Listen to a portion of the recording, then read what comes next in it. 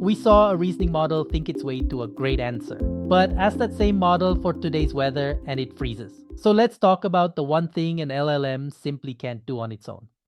Here's the honest truth about a language model. It does exactly one thing, language. It understands words and it generates words. That's the whole job. It can't check a live fact or press a single button. So when it needs something real, it reaches for a tool. Want the latest news? It calls a web search tool. That tool goes out into the world, fetches the real information, and hands it back. So the model isn't doing the searching itself. Exactly right. The model just decides a tool is needed and what to ask it. The tool does the actual work. Then the model takes the result and puts it back into plain words for you. And tools aren't only for looking things up. A tool can run code, send an email, or read your database. Think of it this way. The LLM is the brain and the tools are its hands. Now, how do you plug all these tools into the model without a mess? There's a standard for it called MCP. It's a common connector, so any tool can talk to any model, like one universal port.